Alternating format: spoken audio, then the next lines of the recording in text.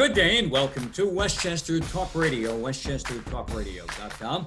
I'm John Marino and we are produced by Sharc Creative and made possible by Entergy, the Indian Point Energy Center, and Hightower Westchester Fiduciary Advisors. Welcome to the Sports Report. Here on the Sports Report, one of the things we do is talk to local Westchester sports dignitaries, and today we are joined by Ken Singleton, longtime Major League outfielder back in the 70s and 80s, began his career with the New York Mets, Mount Vernon product, who has now for many a year been a Yankees broadcaster on the television side. Ken Singleton, we talk to your brother Fred Singleton from time to time here. Glad to have the other part of the family with us. A real pleasure to have you join us. How are you?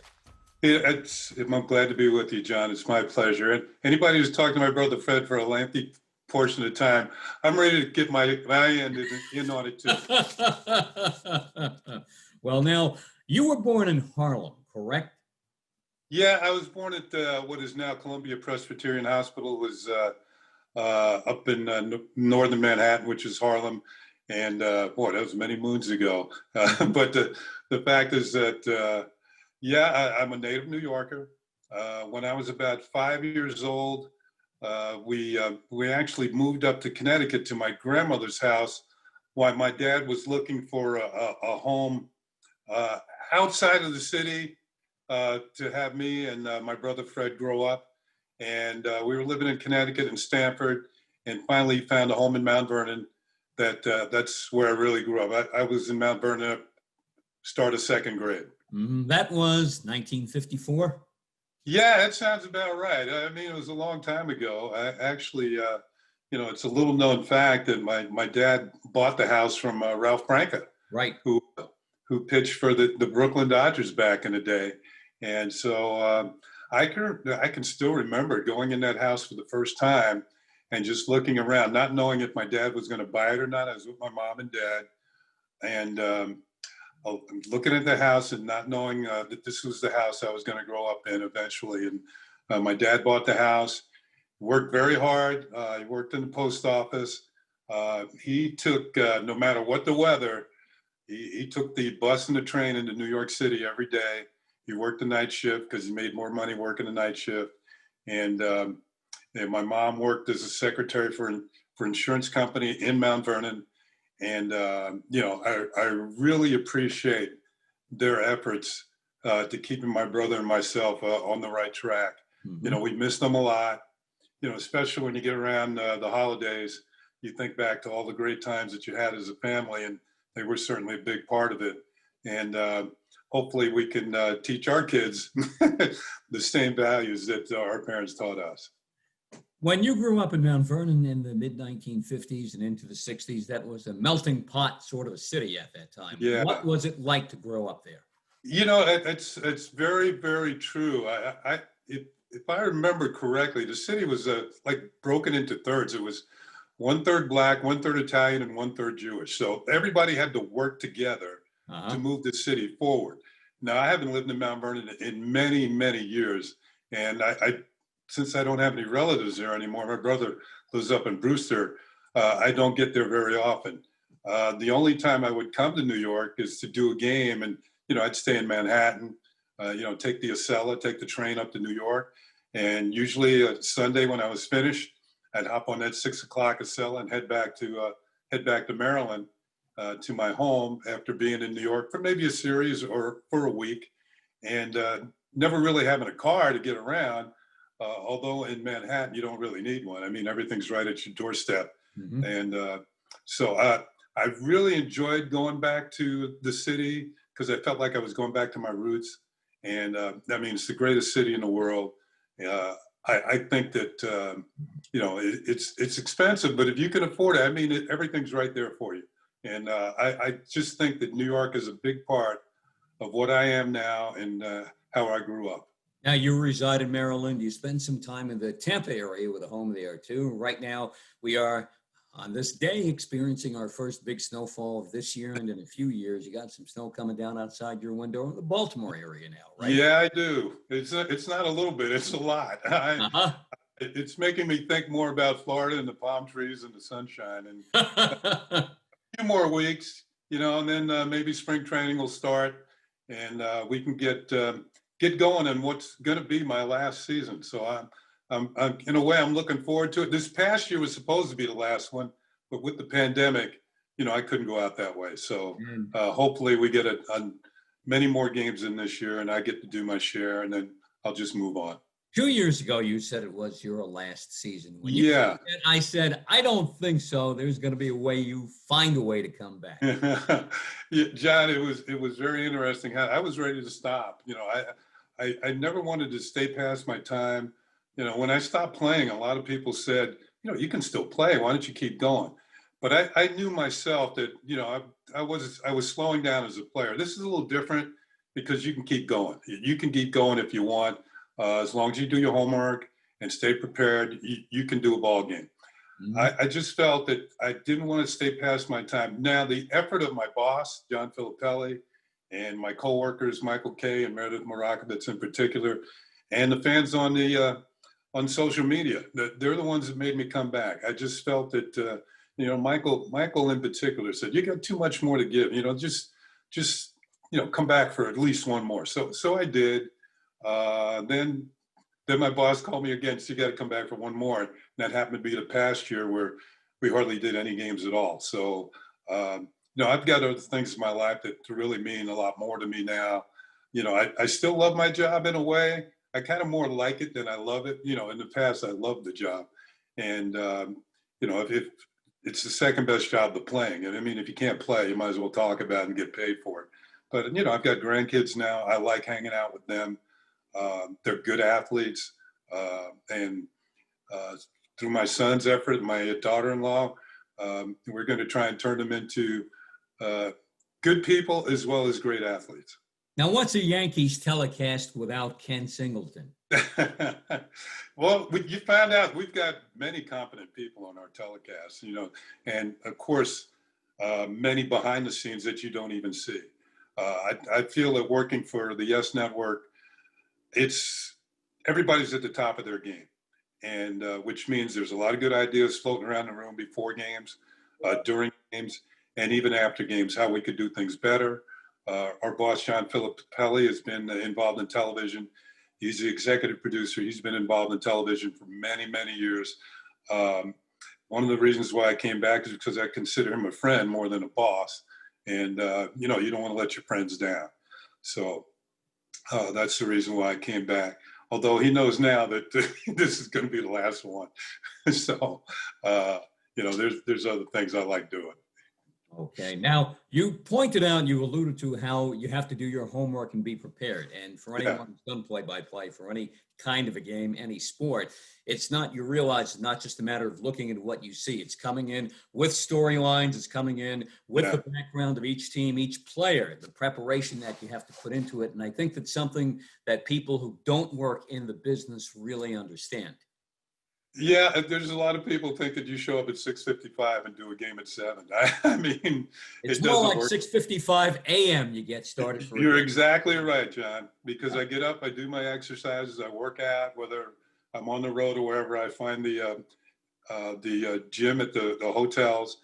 I work out, I come upstairs, I watch the highlights from all around baseball, from the night before or the day before.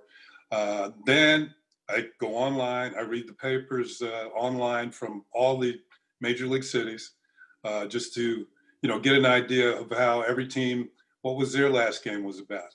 Something might pertain to our Yankee game that night. And if it doesn't, then we don't use it. But it's better to be over-prepared because you never know when a game's going to go 15 innings. Mm-hmm. And you just get up there and you're ready. Fortunately, I've had, 50 years now in baseball. So I've got a myriad of stories that I can rely on when things get a little slow in a game, because no matter what people are seeing, they think they're seeing for the first time. Usually I've seen something similar to this and I can relate to it and tell a story about it. Fortunately, my memory is pretty good as far as my playing career is concerned, because I played on some very good teams with some some Hall of Fame players, a Hall of Fame manager, and even if they weren't Hall of Famers, the rest of the guys are really good. So We had a lot of fun playing back in the day. And when you're on a winning team, it makes things very easy. I can't imagine, I've been with the Yankees now for 25 years, and they've had a winning record every year. It makes my job easier because you feel like you're bringing good news every night. You feel like the fans enjoy what you're doing. They enjoy what I do, so that's one reason why I came back as well. But I just feel it's been a lot of fun doing it. I can't imagine working when your team's losing all the time. It didn't happen to me much when I was playing, and it certainly hasn't happened. Well, I did games in Montreal before I got to the Yankees, and we had some lean seasons up there, but we had some ones that were okay. Montreal Expos were not the New York Yankees, that's for sure. But that's where I got my start doing games. And then I moved on to New York. It's sort of like going from one end of the spectrum to the other. And, I've been very fortunate. I've got no complaints about either my playing career or my broadcasting career. Imagine if you had to announce for the Jets, if you were one of the Jets. Back in the day, I was rooting for Joe Namath against the Colts, and he came through back in Super Bowl III. Yep. But I've been around long enough to have seen every Super Bowl, so that was enjoyable. But the Jets, wow, I can imagine being a Jets fan now. Since I've lived here in Maryland all these years, I'm not afraid to admit that I'm a Ravens fan.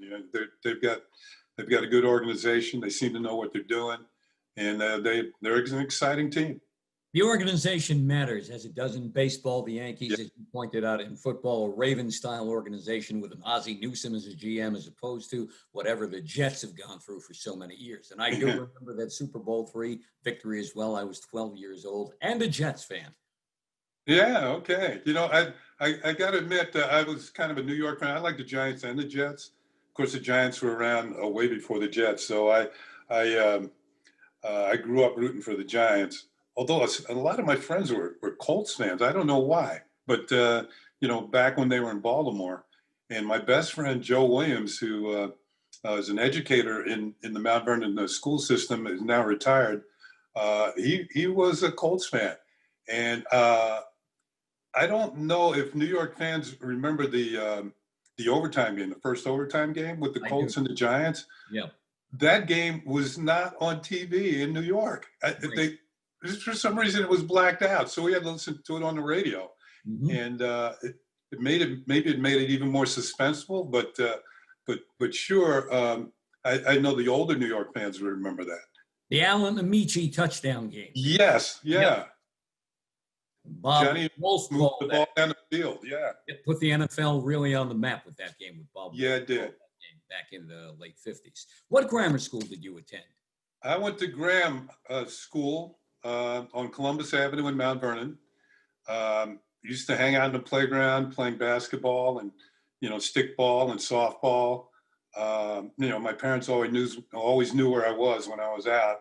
I was at the playground with my buddies, and I can recall snow on the playground, but the first day of spring training, we would get our shovels and shovel. And as cold as it was, we would say, "Oh, it's time for baseball." The Mets or the Yankees were in Florida getting ready, but we were getting ready in Mount Vernon, even though as cold as it was. Now, you went to Mount Vernon High School. When did baseball become your thing? This is the direction I'm going in. Okay, baseball. To be honest with you, John, baseball's been my thing ever since I was 4 years old. My dad introduced me to the game. When I was very young, the Dodgers were still in Brooklyn and the Giants were still in Manhattan. And I remember the games were on TV all the time. And I think it's primarily because Jackie Robinson was on the team. And he had integrated baseball. And, I was very young, but the Dodgers were my dad's team. And I kind of liked them too. I mean, they had Jackie, had Roy Campanella, Don Newcomb, Duke Snyder, Carl Furillo, Pee Wee Reese, all these players. They were all great players. And Ralph Branca. Yeah, and Ralph Branca too. But as I grew a little bit older, I noticed that the Giants had this player that seemed to be better than anybody else. Willie Mays. Willie Mays, and I gravitated towards him. Mm-hmm. Like a lot of people in New York, I was heartbroken when the Giants and the Dodgers moved. I can recall having to, if you didn't hear on the radio, you had to wait to the afternoon edition of the New York paper to find out what happened the night before out in San Francisco and Los Angeles with the West Coast games. It's not like nowadays where you can, watch any game anytime, and you have the ability to do so through the Major League Baseball package. And that's how I do a lot of my scouting. Mm-hmm. When we're going to play a West Coast team, the Yankees are headed for a West Coast trip and I'm involved. Usually I'll stay up late the nights before and either watch the Angels or Oakland or Seattle, wherever the Yankees are going, to get an idea of what's going on with those teams before I even get out there. And then when I get out there, what you do is you hook up with the broadcasters from the other teams and you share information before the first game of the series, and you're always there. If there's something that's going on with your team that they don't know, I've had guys run in our booth and say, "Where'd this guy come from?" Or, we do the same thing. Where'd you get this kid? He looks pretty good. And they give you the information. You run back in your booth and you sound like, you've been watching this team for all year long. So it's a very close fraternity, the broadcasters. There's not many broadcasting jobs available. And you do it with the Red Sox announcers too, I guess. Right? Yeah, we do. Yeah, we do. No doubt about that. You guys have a really good relationship with the Red Sox people, correct? Yeah, although, at the bottom line is you're trying to beat their brains out. I think over the years, I've been very fortunate that the Yankees have won most of the time, although the Red Sox did break the jinx, finally. They have a well-run organization. I mean, they're a very popular team. They're a regional team in New England, so they have a lot of fans. They're in a way like the Yankees. They have fans all over the country. So I just think that, you share information. Dennis Eckersley and Jerry Remy, two of their broadcasters, I played against them. So, I wouldn't say we weren't friendly in the day, but we were competitors. And we have those memories, and now we're not competitors anymore. We're trying to help each other out. Did you play other sports in high school at Mount Vernon? Yeah, I played basketball. And in fact, I got a basketball scholarship to Hofstra University. Basketball in those days, John, the furthest you could go, this was before high school basketball became really big time, especially Mount Vernon High School. The furthest you could go was the county championship, and then the season was over. Right. Yeah, and then eventually they figured, we could have state championships and make more money. And then, Mount Vernon became like a national team. They had some great players. Right. Several players that went through Mount Vernon High School have played in the NBA. So I just think that it's a nationally known school as far as basketball is concerned. But back when I was there, the furthest you could go was the county championships. I remember my senior year in practice, just before the final game, I sprained my ankle and I couldn't play in the final game. And New Rochelle beat us. And we had beaten them twice during the regular season. Harrison, New Rochelle won. Oh, and and White Plains was good. It was the big three in those days. And New Rochelle beat us.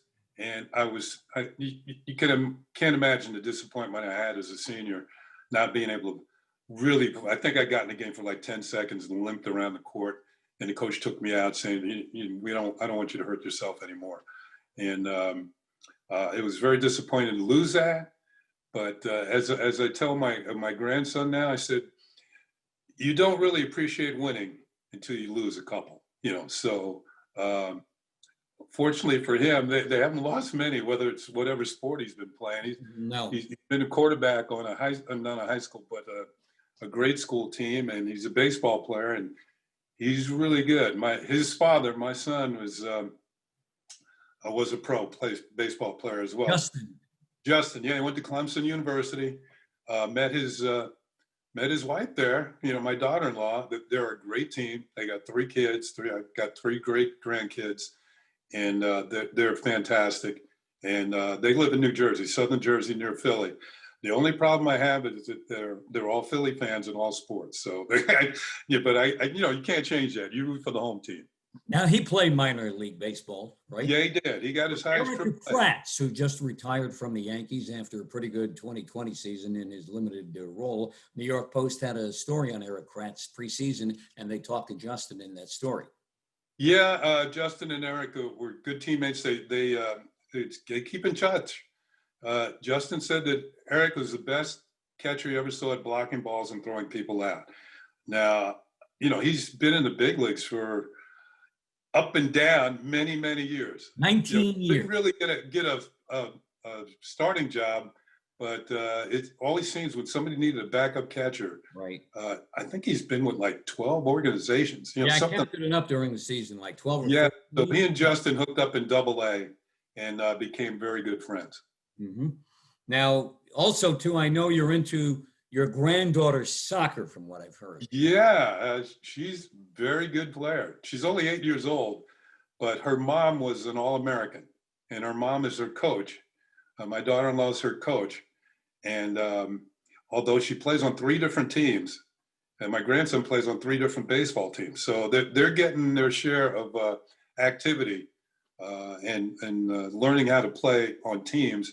And my granddaughter this year had a really good year. I went to, I'd say, about 3 or 4 of her games, and I saw her score 4 goals in 3 games. Wow. She's really fast. And I talked to my daughter-in-law about her. I said, what does she have to learn? And my daughter-in-law said she has to learn plenty.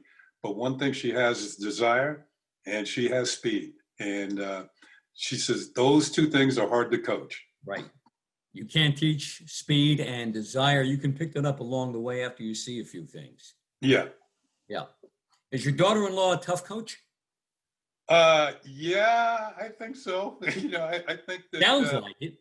Yeah, she explained to me that when she was my granddaughter's age, her mother used to drive her all over southern Jersey to all these tournaments and all these teams that she played on. And so the work ethic is there. And she's doing the same thing with her daughter, my granddaughter now. I actually they live closer to Philly, but we drove up to Trenton one day for a tournament.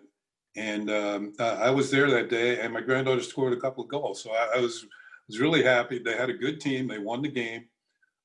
They don't lose very often because it's like a team of all-stars that she's on from southern Jersey. A travel team? Yeah, a travel team. And they're good. They're 8 years old, but they played against girls that are 10. They've played against boys and beaten them. Wow. So, they're a really good team. I think a lot of these girls will eventually either play together in high school or play against each other in high school. So I'm just so happy they're into athletics. They're also into school. They're all good athletes, good students as well. Mm-hmm. Student athlete, that's what you want most of all. Oh yeah, you and your brother Fred both were. You and your brother Fred, great students. Yeah, well, Fred more so than me. I mean, Fred was a really good student. I mean, he went to Penn State. He did well there. His daughter, Amanda, graduated from Penn State. Mm-hmm. My daughter, Angelica, graduated from Penn State. So Penn State's sort of the school du jour, if you're the family tradition, the Nittany Lion. Penn State's only about 2 hours and 15 minutes away from my home here in Maryland. So we got up there quite a bit to see her when she was going. I'd drive up there, pick her up, bring her home for Thanksgiving, drive her back after Thanksgiving vacation was over. I actually, I'm kind of ashamed to say this, but I didn't go to any football games because they're on TV. I'm not a person now. I'm not a wintertime person anymore, John. I've been spoiled by Florida and spoiled by spring training and warm weather baseball. So I'm not into it like I was when I was a kid. So to go up to Penn State games in the wintertime, it's out in the middle of nowhere. It's kind of chilly. I know it's cold. Yeah, it's cold. Here we are in Westchester Talk Radio. I'm John Marino, the Sports Report, joined by Ken Singleton. Ken Singleton, Mount Vernon product, longtime Yankees broadcaster. Began his big league baseball career with the Mets back in 1970. He is a member, like his brother Fred Singleton, of the Westchester Sports Hall of Fame. Ken, you were the Mets' 1967 first-round draft choice. In that time between high school at Mount Vernon and playing in the Mets system, what did you do in between there? Well, I went to Hofstra for a year, and Played basketball? yeah, I did basketball and baseball.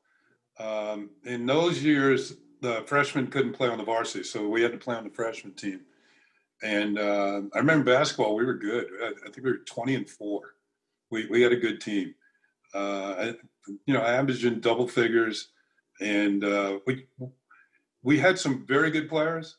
But I knew John all along I wanted to be a baseball player. And when the time came, I just told the Mets I was going to be eligible for the draft. Mm-hmm. Now, the rules have changed since then. If you go into a four-year school, you're not eligible to be drafted until your junior year. You have to stay for 3 years. So in those days, though, you could leave when you wanted to. So I left. I knew I'd be a fairly high draft pick, but I didn't know I was going to be number 1 and number 3 overall. So the player who was drafted right after me was Carlton Fisk of the Red Sox. So the Mets drafted me. I wanted to get started in my career. And, I signed. I remember my first day in spring training in Homestead, Florida. I got off the bus, flew into Miami, took the bus down to Homestead, got off the bus, and there was a lot of players, veteran minor leaguers, who were down there. And as I got off the bus, one of them looked at me and said, "So this is our number 1 draft pick." And about 3 days later in camp, now I hadn't really practiced much. Remember, it was wintertime up here. And I hadn't practiced much. And I hit a home run in an inter-squad game. And I really hit it well. So anyway, I'm walking off the field after the game, and there was an older coach, Clyde McCullough, who has since passed on, but he'd had big league experience as a catcher. And he put his arm around me, and he said, "Son," he says, 3 years, you should be in the big leagues. And I thought to myself, didn't you just see that home run? I'm thinking 3 weeks, So anyway, 3 years and about a month later, I was in the big leagues. Right. And Yep. I never went back to the minors. So I was ready when I got there. June of 1970, you made your Mets debut. Yeah. When you got drafted by the Mets, and I assume they let you know in a phone call that you were their number 1 pick. Yeah. How did you react? What did it feel like when you got the word? Yeah, that was well. First of all, I mean, in those days, you didn't know which team was going to pick you. That was the thing. I could have ended up on the West Coast. Right. But Did it matter to you at that time who you got picked by? No, not really. It didn't matter. I was ready to start. But to be picked by your hometown team, that was really something special. I remember my dad and I went into Shea Stadium to sign the actual minor league contract, and I was on my way. I still got the picture of my dad and I. Bing Devine was the GM of the Mets at the time. We're in his office signing the contract, and I was on my way. I was making $500 a month, and I thought that was great. Wow. Things weren't as expensive in those days, and I was in Winter Haven, Florida, played in Florida State League. I remember, you used to have to use, there were no cell phones in those days. You used to have to use pay phones. And whenever I would call my parents, my dad would say, "I know you're playing well because that's the only time you call." I said, "Well, yeah, that's true. I just want to report in, let you know I'm doing okay." Mm-hmm. And I had a pretty good year my first year, and I went to the instructional league, and that's the teams. They only take their best prospects to instructional league, and I had a really good instructional league. I moved up the next year. The next year, I actually played in 3 different cities. Mm-hmm. I started out in the Carolina League. went to the California League, really played well there. And that both of those leagues were A-ball leagues. All right, so in September, they moved me up to AAA. And that was the only time in my minor league career that I really felt that I was in over my head. Those pitchers were more experienced. I had skipped AA. I hit a few home runs, but my batting average wasn't very high. I wouldn't say I was discouraged, but this is the first time I had ever had to deal with any sort of downturn in a career. Mm-hmm. So the next year, the Mets started me at AA, which I had skipped. And I had an all-star year. We won the championship. And so the next year, they send me back to AAA. I almost made the team in spring training. I almost made the Mets. Good story that I was one of the last people cut. And as I'm getting ready, I'm packing up my stuff. I didn't think I was going to make the team because at the time the Mets were the world champs. So as I'm packing my stuff up in my locker, getting ready to go across town to the minor league camp, Tom Seaver taps me on the shoulder. And I turn around, I look, it's, one of the biggest stars in the game. And he says, "Look, kid, get off to a great start at AAA and you'll be back in June." And when I got called up in June, I was in Columbus, Ohio at the time, got on a plane, flew to Chicago where the Mets were. As I walked into Wrigley Field, into the clubhouse, the first person that saw me was Tom Seaver. And he didn't say anything. He just looked at me and winked and just, so he kind of knew, Right. So I didn't have instant success. In fact, I didn't get a hit my 11 times up. I thought, I'm going back to the minor leagues, and I got a hit in Montreal. I didn't get a hit in Chicago. We went to Montreal next. I got a base hit. Next time up, I hit a home run. Next day, I had 3 hits, so I was on my way. Mm-hmm. And I can recall after we left Montreal, we came home to New York, and my dad and my uncle and my brother met me at LaGuardia. They were overjoyed. I was too. I tried to remain calm, but I kind of reached a lifelong dream with their help, and it was kind of emotional. Really got emotional when I got home. My mom was there, then stayed with the Mets the rest of the year. Played with them the next year. Got traded to Montreal, which was kind of tough. It was tough on my parents than on than me. They thought I'd be a lifelong Met, and I did too in a way. I thought you would be too at that time. Yeah, but getting traded to Montreal wasn't such a bad thing. I remember what my dad said. My mom would, as I alluded to earlier, it wasn't like you could watch any game anytime like you can now. My mom said she was crying, "We'll never get to see him play again." And my dad says, "Well, we can drive up to Montreal. Don't worry, we'll go with the aunt and uncle," and they would all come up to Montreal and watch me play. But my dad told my mom, said, "This is a good thing." He said, "In Montreal, this is a young team. He'll get to play all the time, every single day. And we'll find out what type of player he is." Mm-hmm. With the Mets, you had to compete for playing time. You had to run. Yeah, that's true. Yeah. They had veteran players. Yeah. Field at that time. Yeah. Yeah, they like I said, they were the world champs at the time. Right. So I get to Montreal. My second year, I had a pretty good year the first year, but my second year, I had a really good year. My first really good season. Drove in over 100 runs. Yeah, scored 100, led the league in on-base percentage. Hit 23 home runs, hit 300, doubled my salary. The most important thing, right? Yeah. Well, that's a different story. Negotiations weren't easy, but we got it done. What was the difference for you that season? What was the difference? Yeah, I think experience. Feeling that I belonged in the big leagues.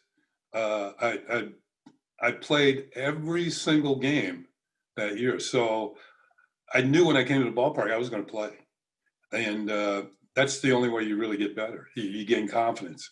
I think I gained the respect of players around the league.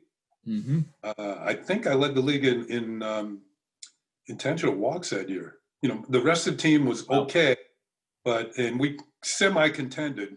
I think we were knocked out with about a week to go. You were the Barry Bonds of the Expos. Yeah, yeah.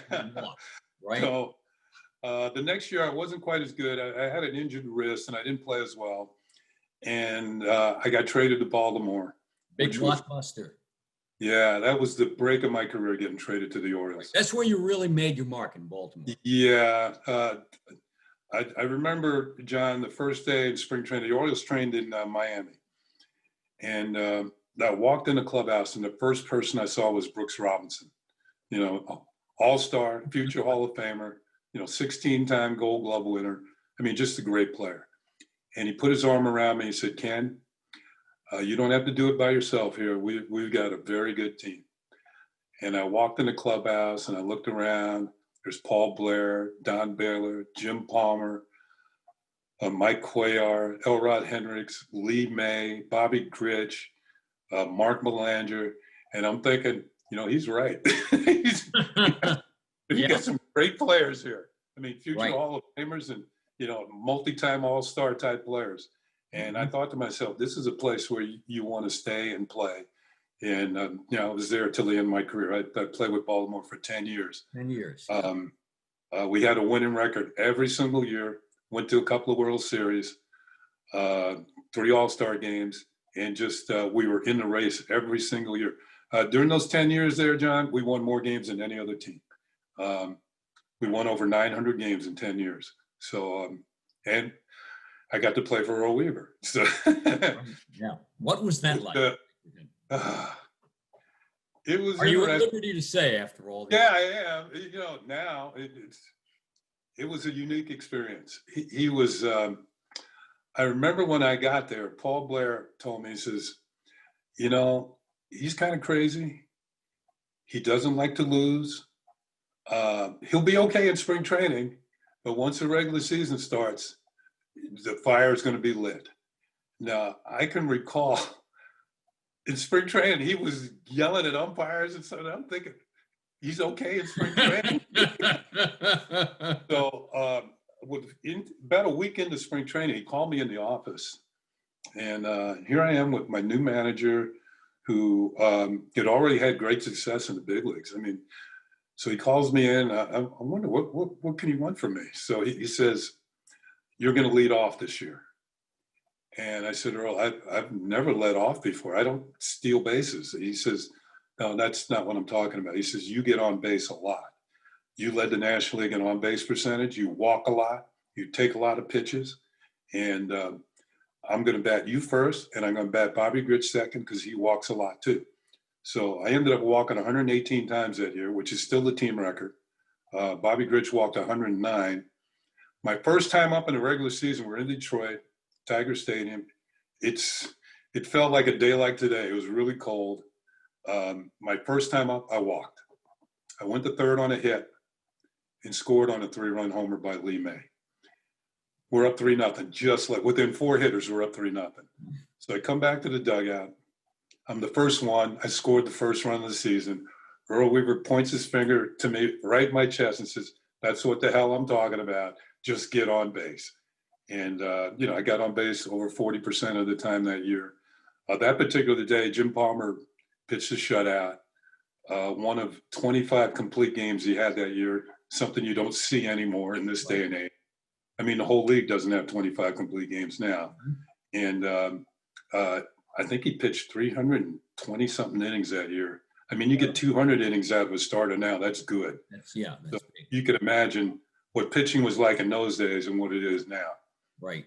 I remember the old matchup between Juan Marichal and Jim Maloney, Giants and Reds, went 15, 16 innings. I think they both went all the way and wound up a 1-0 Reds win, if I remember right, back in the late 60s.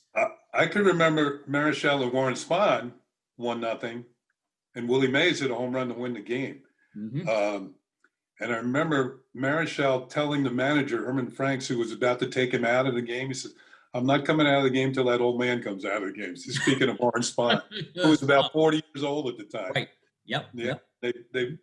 That's a classic game. They both threw over 200 pitches, and they both made their next start like it was nothing. Right. And threw a shutout his next start. Nowadays, you wouldn't No. start in like for 10 days if you pitched 15. Yeah, well, that wouldn't happen. Manager would get fired to leave you in that long. You know?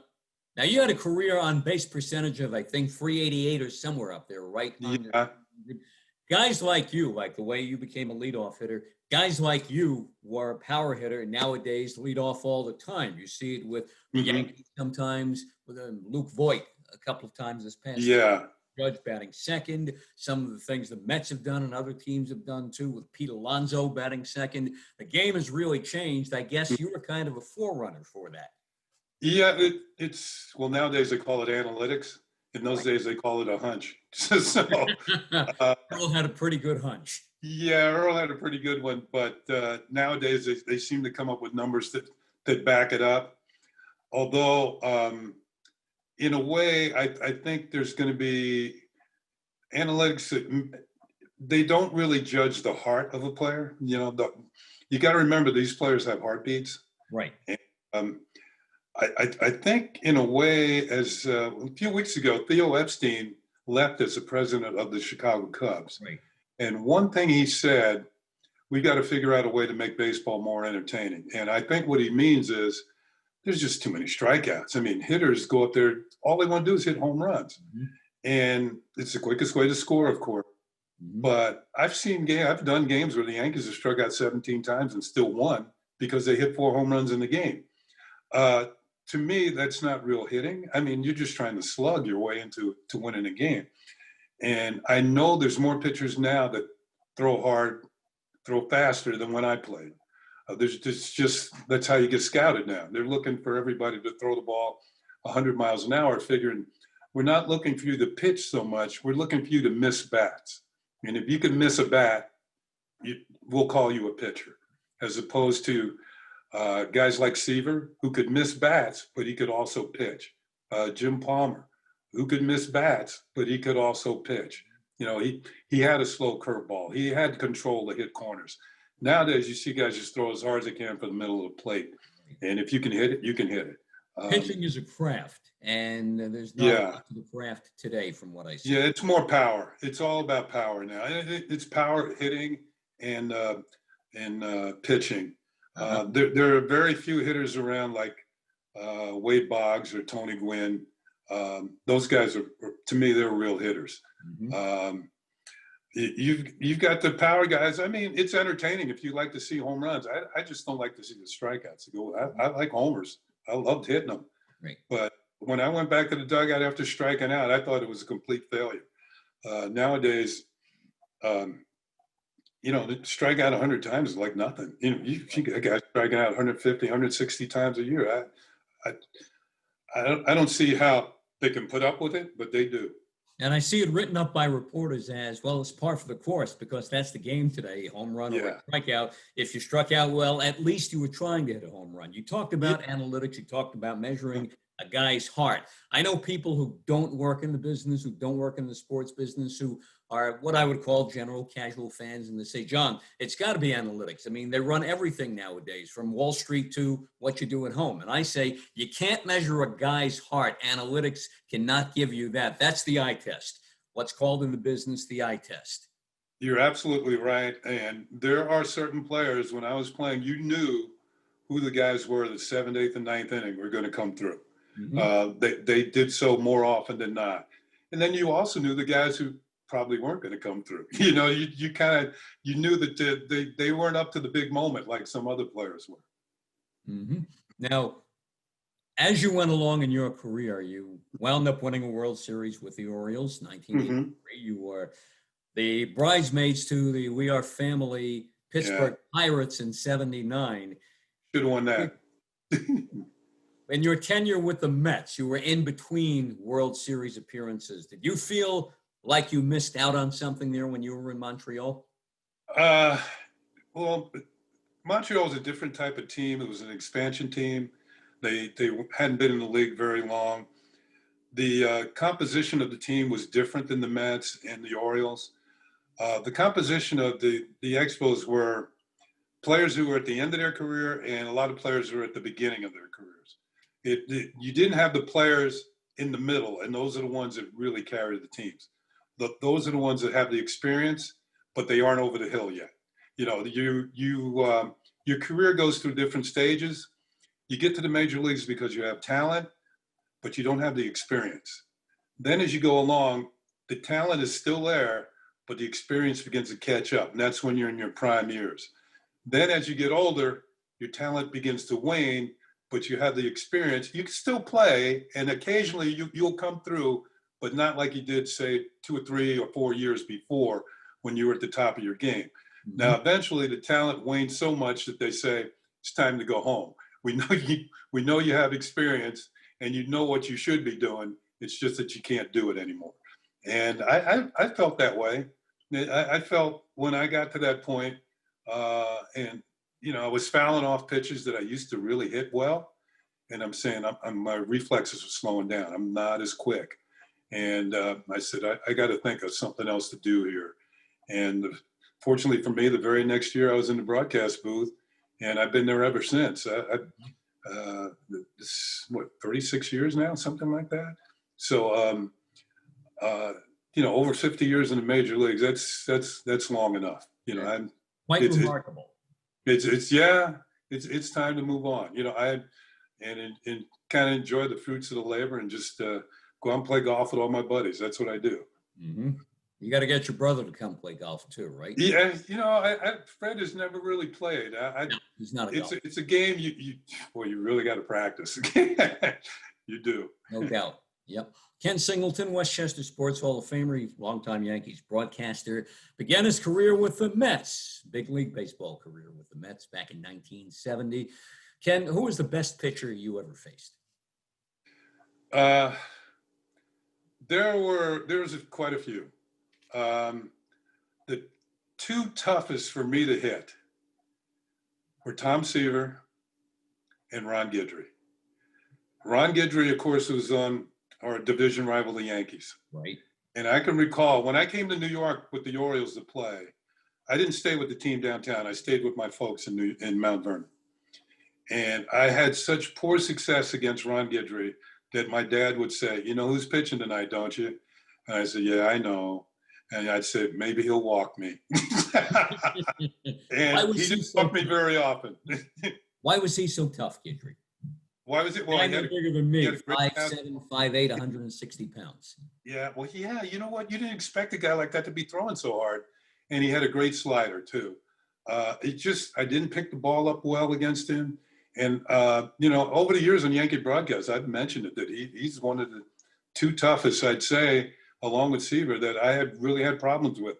Now, I did hit a home run off of Guidry once.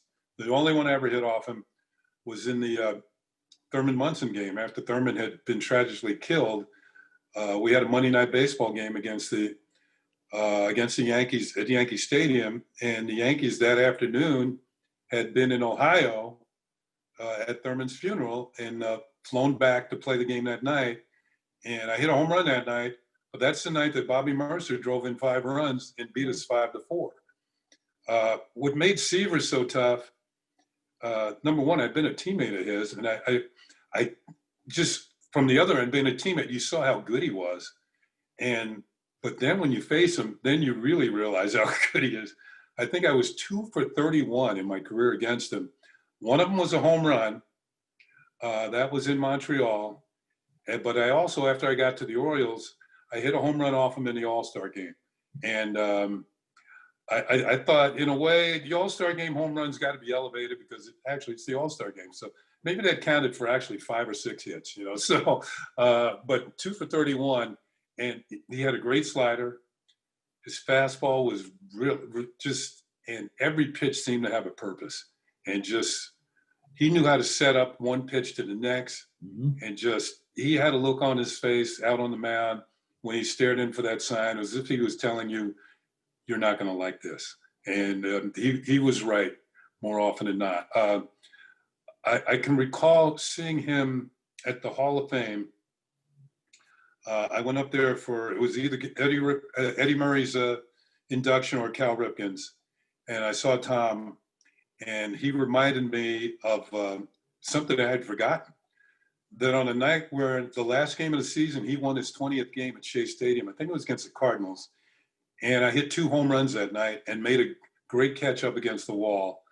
And he reminded me, and I forgot about it. I went back and looked it up, and he was right. They hit 2 homers that night on a night that he won his 20th game of the season. And I think it was 1971. And of course, the next spring I got traded to Montreal. So I got to see him from 60 feet, 6 inches away, which, as I said, was no fun whatsoever. Remember you hitting that home run after the Thurman Munson tragedy. I had just begun my radio career working in Orange County up in Warwick, and I had a noon shift, which ran into the evening, and had the game on in my studio that evening. I remember that game very vividly from beginning to end. And Tom Seaver, a few years ago, when Bill Madden of the Daily News went to visit him at his vineyard in California, and they talked about the current state of pitching and all the home runs and the strikeouts. And Tom Seaver, I remember in the article, said to Bill Madden, "You know what the most important pitch is?" And Bill said, "What's that?" As Tom turned away to walk up the hill at his vineyard, he said, "Strike one."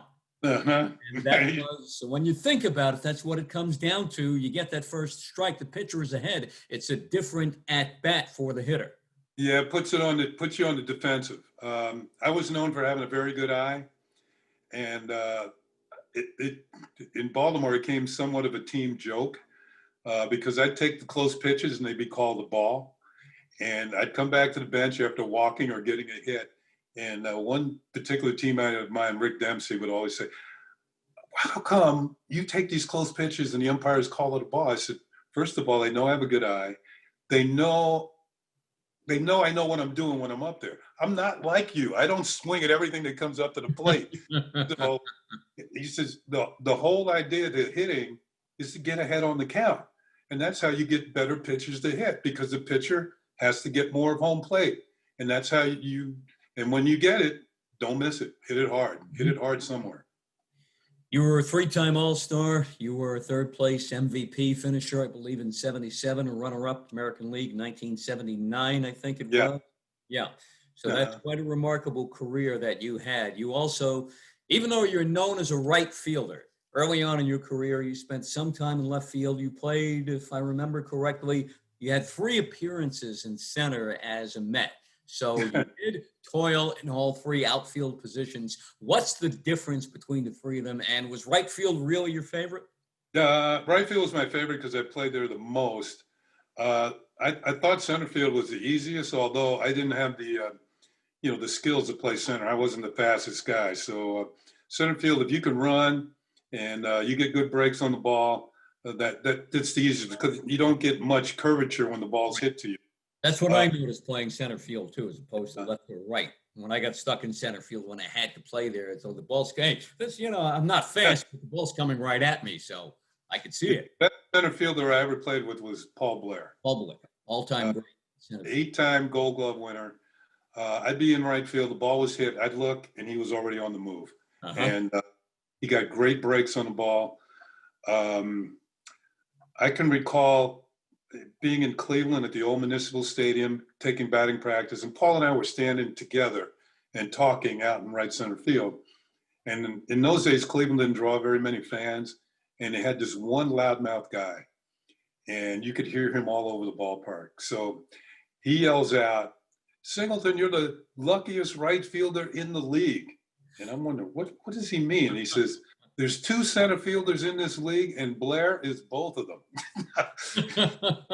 I remember reading years ago about Paul Blair and the way he got jumps on balls, and that he could, and the top center fielders in baseball could watch a ball get hit at home plate, just turn and run to a spot in the outfield, turn around, the ball be right there. He was amazing. He had one game in Minnesota, John, where a ball actually got over his head. And Earl Weaver, one thing he didn't like was the ball going over the outfielder's head. He wanted you to play a little deeper, although Blair played shallow because he was so good, and he was a Gold Glover. Best. So when Blair came back to the dugout, Earl just let him have it. He was cursing at him and telling him, "I don't ever want to see a ball go over your head for the rest of your whatever career." So the next inning, we go out to play on defense, and Blair is standing on the warning track, and I'm looking at him. Move in. Yeah, he wouldn't move in. And they're waving towels at him from the dugout to get him to move in. and he didn't move. Now, fortunately, there was nothing hit to him that inning. But when he came back to the dugout, Earl was waiting for him again. But this time Earl relented. He said, okay, you can play wherever you want to play. So the next inning, Paul was playing shallow again. Right. Mm-hmm. Now we have the 2021 season coming up. DJ LeMahieu, his contract status with the Yankees right now. Do you see DJ being back with the Bombers in 21? I would hope he's their number one priority. This guy, remember I mentioned Tony Gwynn and Wade Boggs. He's the closest that they have to now. He can hit, and he's got power too, more power than those two had. Mm-hmm. So I just think that here's the number one guy you don't want to let get away. I think the Yankees will take their time. He'll get offers from other teams, but I think the Yankees will top it. They've got the wherewithal to do it. I don't think he's their number one problem, so to speak. I think the number one problem for the Yankees is getting some pitchers. Tanaka's a free agent. Paxton's a free agent. Severino won't be back till midseason. So you got to get somebody behind Garrett Cole. And, they have some young pitchers who are on the up, moving up, but I don't know if they're ready over the long haul. So I would hope they get LeMahieu situated and then get some pitchers and then, be more of a challenge to the Rays this year. And, the Yankees are going to have a winning year. We know that. It's just a matter of how much they win. Mm-hmm. Can the idea of an opener work for the Yankees with all the young pitchers? 3 innings of Davy Garcia here, 2 out of Clark Schmidt. You turn it over to that bullpen, you got a lead, you win. Yeah, that's true. But I think over the course of a long season, the Rays did it. They're the ones who they're the masters of it. It may not work for necessity. It works for them. Yeah, it was out of necessity that they did that. Mm-hmm. I would still like to see starting pitchers go 6, 7 innings.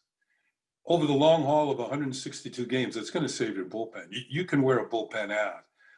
The bad teams do that because their starters aren't any good, mm-hmm. and you're constantly going your bullpen night in and night out. Right. I think Aaron Boone does a good job. Joe Girardi did before him. I don't think he used a reliever more than 2 days in a row all year. And that's you keep these guys as fresh as possible. But even so, even that type of schedule, you need your starters to get deeper. Mm-hmm. Baseball's kind of changed. I realize it. To get 200 innings out of a starter now is good. 250 would be extraordinary. Like when I was playing, it was 300 was. Right. You had a lot of guys that threw 300 innings. Right.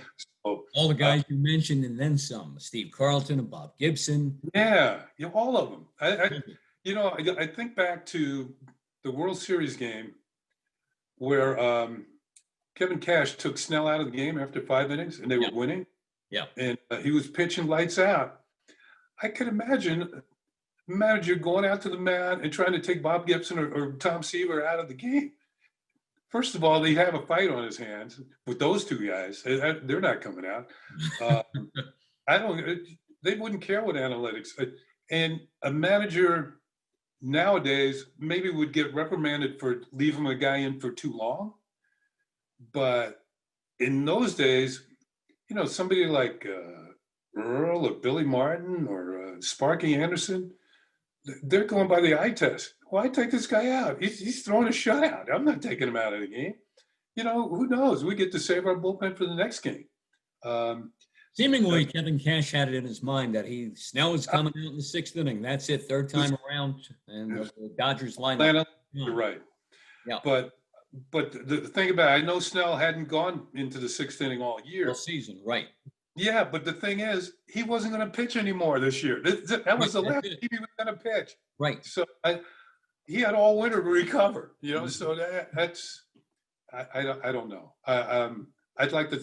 I think what Theo Epstein was talking about when he left the Cubs, he was saying, I'm part of the problem here.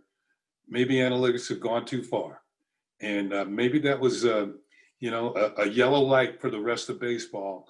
Let's have some caution here before we get so far into analytics that we train these pitchers out of going 7 innings. They've practically done it now, where they've trained the starters not to go 6 or 7 innings.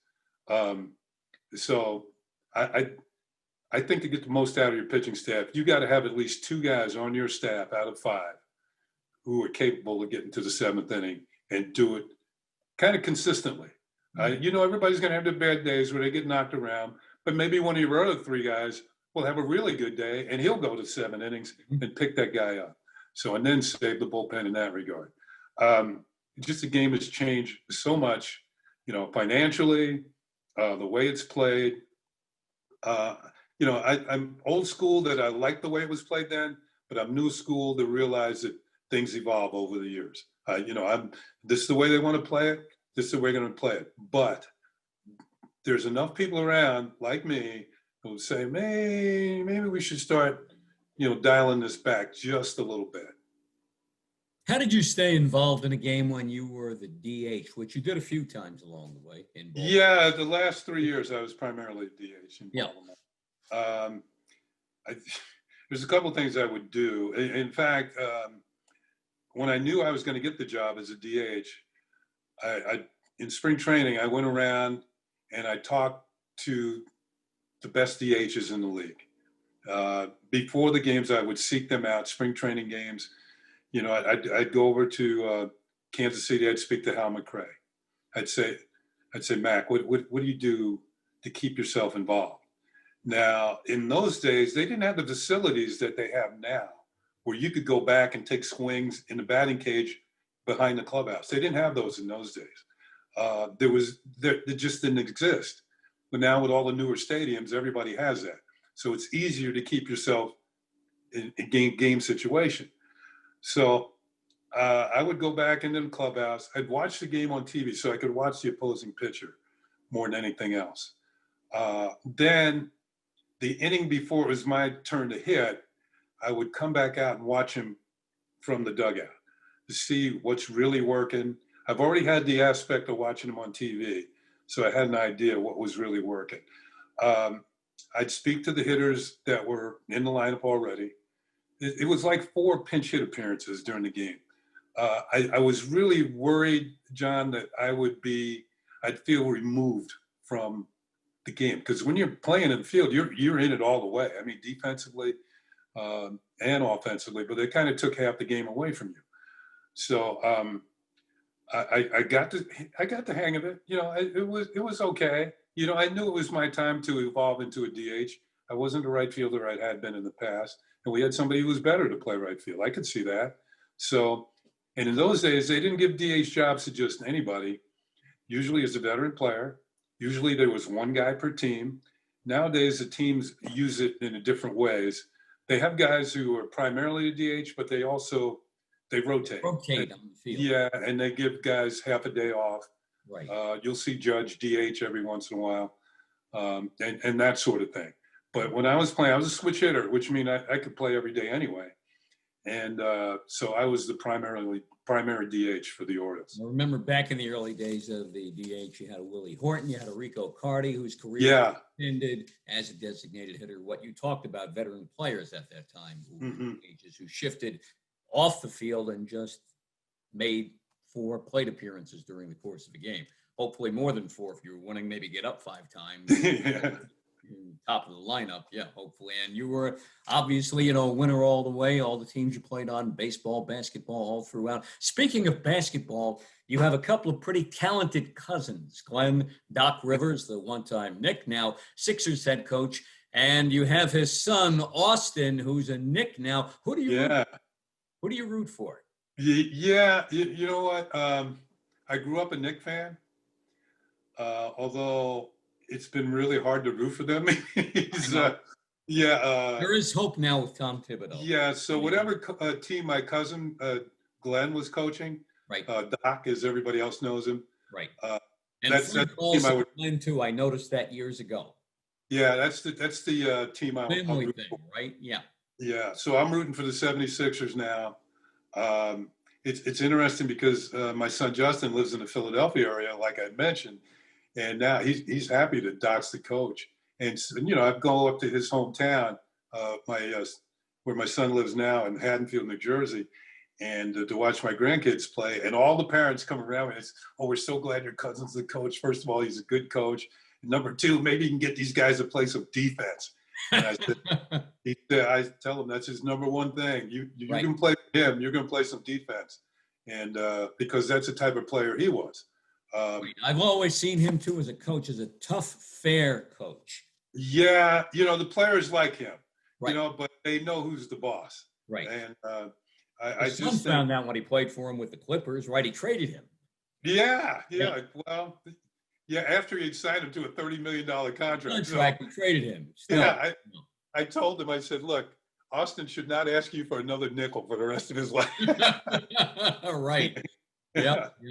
And Austin, of course, is injured right now. Hopefully he'll be ready for the start of the season. Doc and the Sixers come to a Garden Knicks home opener on December 26th. Of course, Wow. Be there because of protocols, obviously, at this point. But yeah.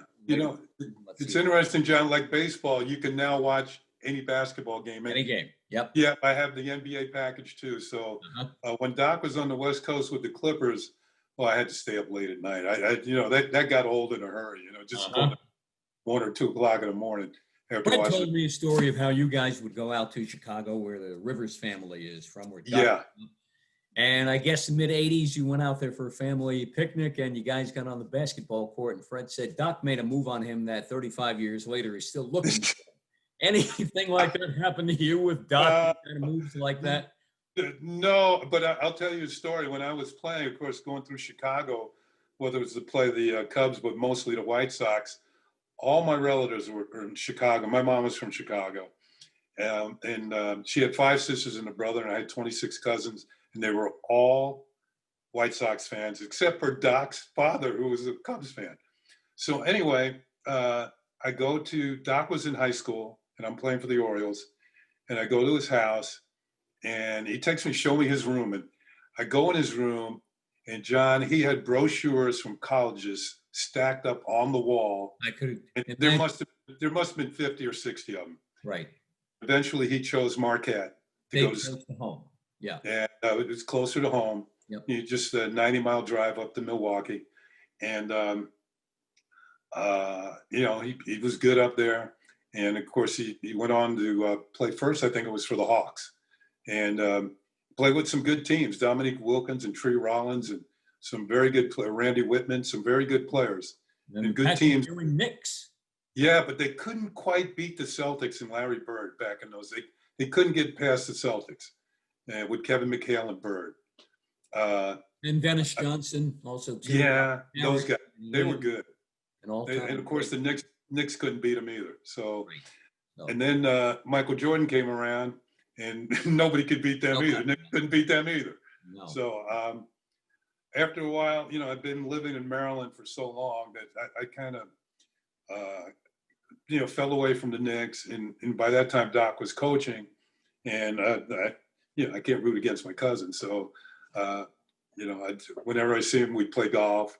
His brother's a big time golfer, so we would play, and had fun.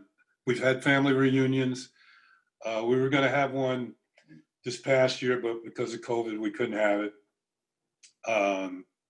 We're talking about next year to 2021. Probably be towards the end of the summer. Some of my cousins have since passed on since then, but it's good to get together with all of them. My mom was the only one that moved away from Chicago. When my dad and her got married in Seattle, after World War II, my mom took the train from Chicago to Seattle. They got married. I have their wedding certificate around here somewhere. And that's why I always love going to Seattle. It's a beautiful city. I always played well there, really played well. And I always had this feeling when I went there. It was a special city. The only problem with Seattle is it's too far away from everything else. So eventually they moved back east to Chicago, but my dad thought there were more opportunities for employment in New York. And my mom was the only one of her sisters and brothers to move away. She had 5 sisters and a brother. So I grew up in New York, so I didn't really get to know all my cousins except when we went to visit. I can recall as my mom was had cancer and she was about to pass. So I remember asking her, I said, Mom, did you ever feel badly about the fact that you moved away from your family and to New York and didn't really get to grow up with, with your sisters and your brother after you all had your own families? And she looked at me and she said, it worked out just the way it should have. I couldn't have been more proud of you and your brother. And, it made me feel good. I felt less guilty after she said that. That summed it up. Yeah, she summed it up perfectly. Uh-huh. And she says, we get to see him every so often, and the last reunion that we had about 2 or 3 years ago was here in Baltimore. And all my cousins came. They came to, a lot of them saw my house for the first time, and we had a great time. And when you get on a Zoom chat with all your cousins, you're trying to get a word in. There's at one time there was 26 of us. Yeah, so it must be down to about 20 now, or 18 or something. But we all just try and decide where we're going to go for our reunion, and usually we move it around. But we always kind of say Chicago because most of them are there, or somewhere around Chicago. And we've had some great reunions. I'm looking forward to the next one. I'm sure Fred is too. We've had Zoom chats with our cousin through this pandemic, try and keep everybody's spirits up. It's been tough on everybody. Nobody particularly likes being locked down. I was in Florida last year when it started. And my wife and I said, well, while we're here, baseball's not going. She said, why don't we just stay? And we didn't come back to Maryland until May when the weather turned nice. Mm-hmm. So, and now as I look out and I see the snow falling, I'm saying to myself, maybe it's time to go back down there. Yeah. Maybe Come visit Fred in White Plains, in Brewster where he lives. Yeah. It's coming your way, John. I'm telling you, believe me. Yeah. I know that. Yeah. Hard. Yeah. I'm going to get out and take a walk in a little bit before it really hits. Maybe go walk a couple miles and I like walking in the snow, so I wouldn't mind. By the way, at the next family reunion, can we get you on the court with Doc one-on-one maybe? Oh, my basketball days, although I do have a gym here at the house and I can shoot. Right. It's not like it used to be. My game is golf now. And I'm ready to play that. It's a lot more well, I won't say it's relaxing because it's a personal challenge to play as well as you can, but it's a lot less dangerous at this point. I'm not going to twist a knee or, pull something. It's not the sudden stops, it starts and stops. Although I will go in the gym by myself and shoot, but, I'll just chase down the ball and shoot it again. It's not like I have to guard anybody. So. Doc against Austin one-on-one, who would win? Ooh. Austin is more, if you're taking them both, I would assume at their peak of Doc is Austin's age. Okay. Doc was really good on defense. He was. Really. I mean, he's tough. He was a lockdown. The NBA was a little tougher then. The guarding rules were a lot more relaxed. Right. Austin is more of an offensive player.